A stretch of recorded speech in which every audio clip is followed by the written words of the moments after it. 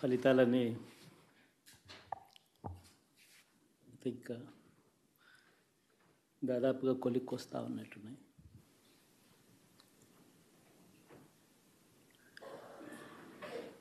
చూసిన ఫలితాలు జరిగిన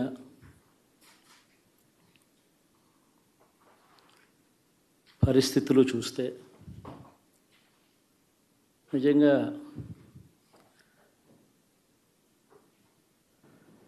ఆశ్చర్యంగా కూడా ఉన్నాయి.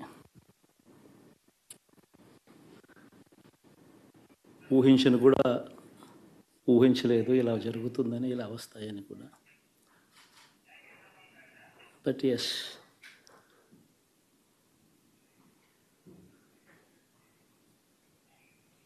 అమ్మఒడి అందుకున్న 53 లక్షల మంది తల్లులకు మంచి చేసిన, పిల్లలు బాగుండాలి, వాళ్ళ చదువులు బాగుండాలని తాపత్రయపడుతూ అడుగులు వేశాం. మరి అక్క చెల్లెమ్మల ఓట్లు ఏమయ్యాయో తెలీదు. 66 లక్షల మంది అవ్వాతాతలకు, వితంతులకు, వికలాంగులకు గతంలో ఎప్పుడు జరగని విధంగా మంచి చేశాం. వారి కష్టాల్లో తోడుగా ఉంటూ, వారి కష్టాన్ని అర్థం చేసుకుంటూ, వారి ఇంటికే పంపించే వ్యవస్థను సైతం తీసుకొస్తూ, గతంలో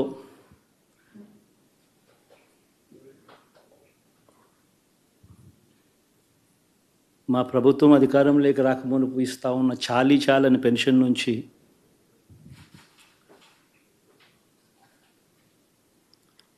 ఎంతో మంచి చేస్తూ అడుగులు వేసినా కూడా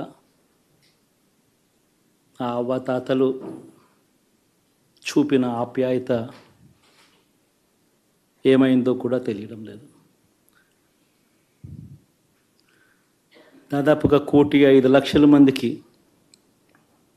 పొదుపు సంఘాల అక్క చెల్లెమ్మలకు మంచి జరిగిస్తూ, వారి కష్టాలనే మా కష్టాలుగా భావిస్తూ, ఇచ్చిన ఏ మాట తప్పకుండా అన్ని రకాలుగా వాళ్ళకు అండగా ఉంటూ, ఆసరాతో తోడుగా ఉన్నాం, సున్నా వడ్డీతో సైతం అండగా ఉన్నాం, చేయూత సైతం తోడుగా ఉంటూ నిలిచాం. మరి ఆ 1,05,00,000 మంది అక్క చెల్లెమ్మల ప్రేమాభిమానాలు ఏమయ్యాయో తెలియవు. 26 లక్షల మంది చేయూతను అందుకుంటున్న అక్క చెల్లెమ్మలు, వారి ఆప్యాయత ఏమైందో తెలీదు.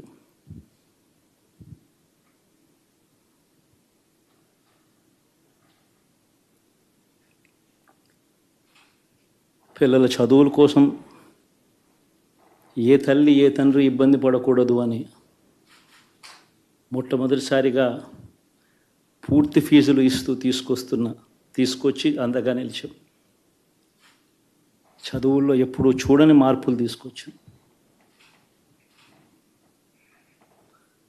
దాదాపుగా 12 లక్షల మందికి సంవత్సరానికి మంచి జరిగిస్తూ, ఆ పిల్లలు, ఆ తల్లుల అభిమానం ఏమైందో కూడా తెలియదు.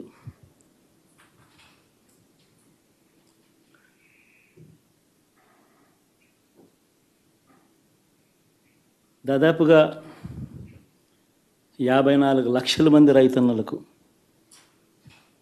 గతంలో ఎప్పుడూ చూడని విధంగా, జరగని విధంగా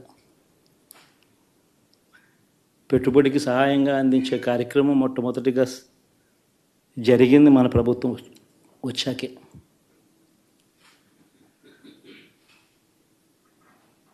మరి అంతగా రైతన్నలకు తోడుగా ఉంటూ,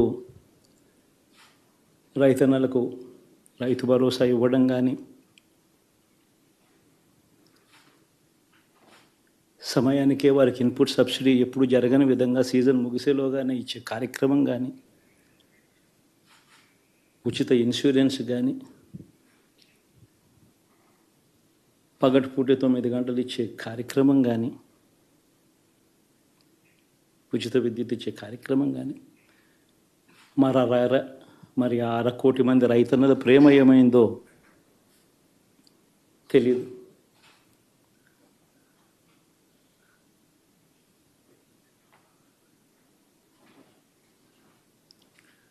మరి ఇన్ని కోట్ల మందికి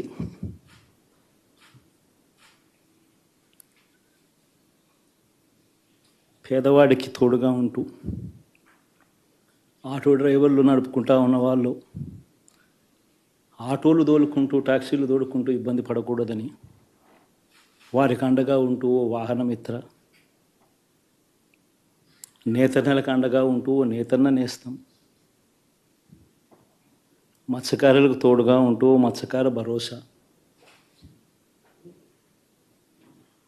ఫుట్పాత్ మీద చిన్న చిన్న ఇడ్లీ షాపులు పెట్టుకొని నడుపుకుంటూ, చిన్న చిన్న బంకులు పెట్టుకొని నడుపుకుంటూ,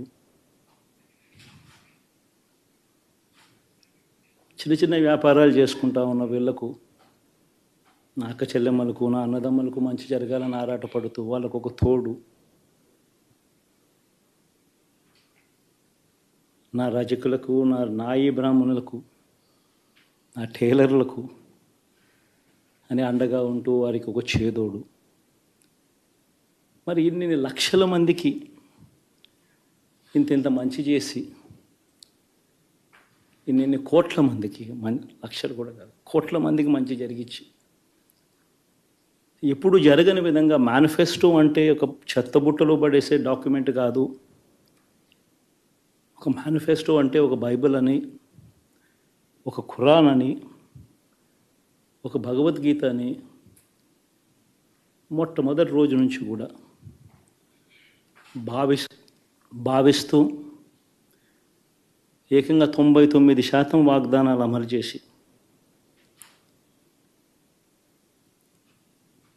అంతే చిత్తశుద్ధితో ఆ మేనిఫెస్టోను కూడా అక్క చెల్లెమ్మల ఇంట్లోకి తీసుకొని వెళ్ళి చూపించి మీరే టిక్కు పెట్టండి అనే నిబద్ధత గల ప్రభుత్వంగా పనిచేసాం. ఇప్పుడు జరగని విధంగా పిల్లల చదువులు, పేదరికం పోవాలి అని అంటే పిల్లల చదువులకు క్వాలిటీ ఎడ్యుకేషన్ అవసరం అని మొట్టమొదటిసారిగా ఇంగ్లీష్ మీడియంను వ్యతిరేకిస్తున్న వాళ్ళందరూ పెత్తందారులతో యుద్ధం చేసి సైతం పిల్లలకి ఇంగ్లీష్ మీడియం తీసుకొని రావడమే కాకుండా టోఫుల్, ఐబీ లాంటి కళలు కూడా కలం. ఆ పేద పిల్లలకు అండగా నిలబడాలని, తోడుగా ఉండాలని, వారి చరిత్రలు మార్చాలని, ఎప్పుడు చూడని విధంగా గ్రామ స్థాయిలోనే సచివాలయ వ్యవస్థ, వాలంటీర్ల వ్యవస్థ తీసుకొచ్చి ప్రతి ఇంటికి సేవను అందించే కార్యక్రమం చేశాం. వివక్ష లేకుండా, కరప్షన్ లేకుండా దాదాపుగా 2,70,000 కోట్ల రూపాయల పైచిలకు ఇంటి వద్దకి అందించగలిగాం.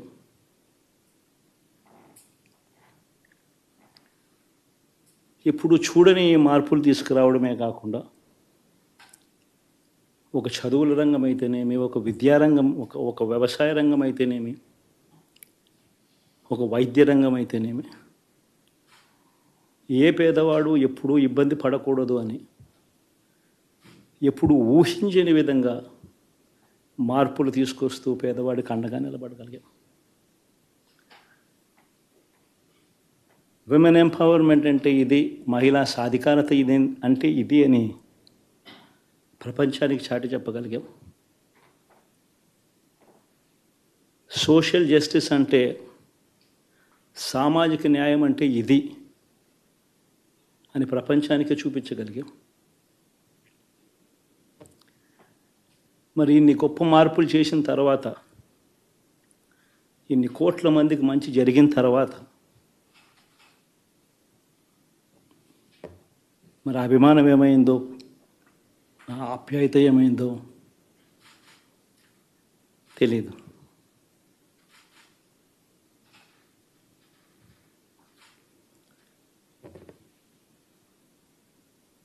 ఎవరో మోసం చేశారో, ఎవరో అన్యాయం చేశారో అని చెప్పి అనొచ్చు, కానీ ఆధారాలు లేవు.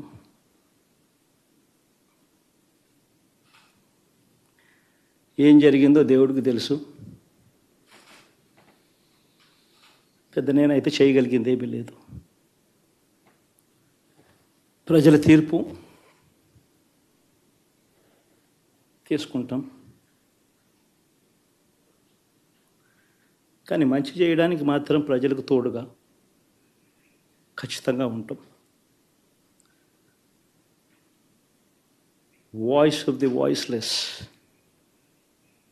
కింద ఈ పార్టీ తాను చేయాల్సిన పని తప్పకుండా చేస్తుంది. పేదవాడికి అండగా ఉండే కార్యక్రమంలో ఎప్పుడూ కూడా పేదవాడికి తోడుగా ఉంటూ గలం విప్పుతుంది, పేదవాడికి అండగా నిలుస్తుంది. పెద్ద పెద్ద వాళ్ళ కూటమి ఇది, ఢిల్లీలో సైతం శాసించే పరిస్థితుల్లో ఉన్న కూటమి ఇది. ఆ కూటమిలో ఉన్న బీజేపీకి, ఆ కూటమిలో ఉన్న చంద్రబాబు గారికి, ఆ కూటమిలో ఉన్న పవన్ కళ్యాణ్ గారికి, అందరికీ కూడా వాళ్ళ గొప్ప విజయానికి అభినందనలు.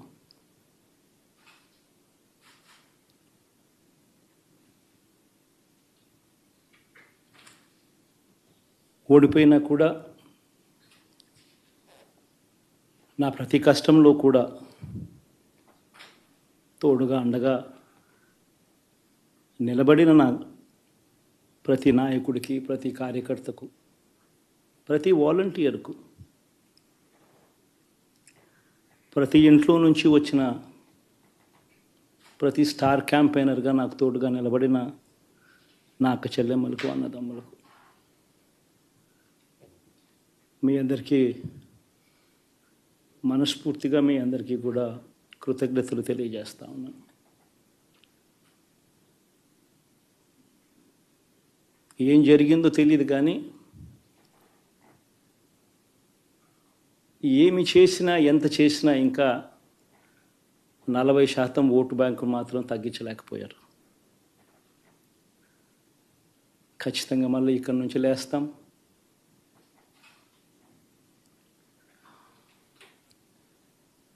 మళ్ళీ ఇక్కడి నుంచి గుండె ధైర్యంతో నిలబడి మళ్ళీ లేస్తాం.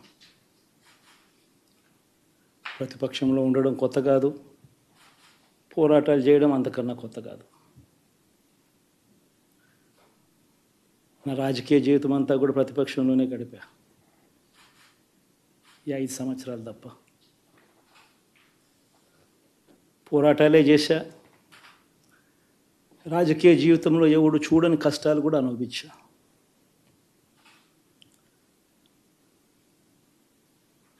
ఇప్పుడు అంతకన్నా కష్టాలు ఏదైనా పెట్టినా కూడా సిద్ధంగా ఉన్నాం, సిద్ధంగా ఎదుర్కొంటాం. ఆల్ ది వెరీ బెస్ట్ గవర్నమెంట్లోకి వచ్చిన వాళ్ళకు. Thank you.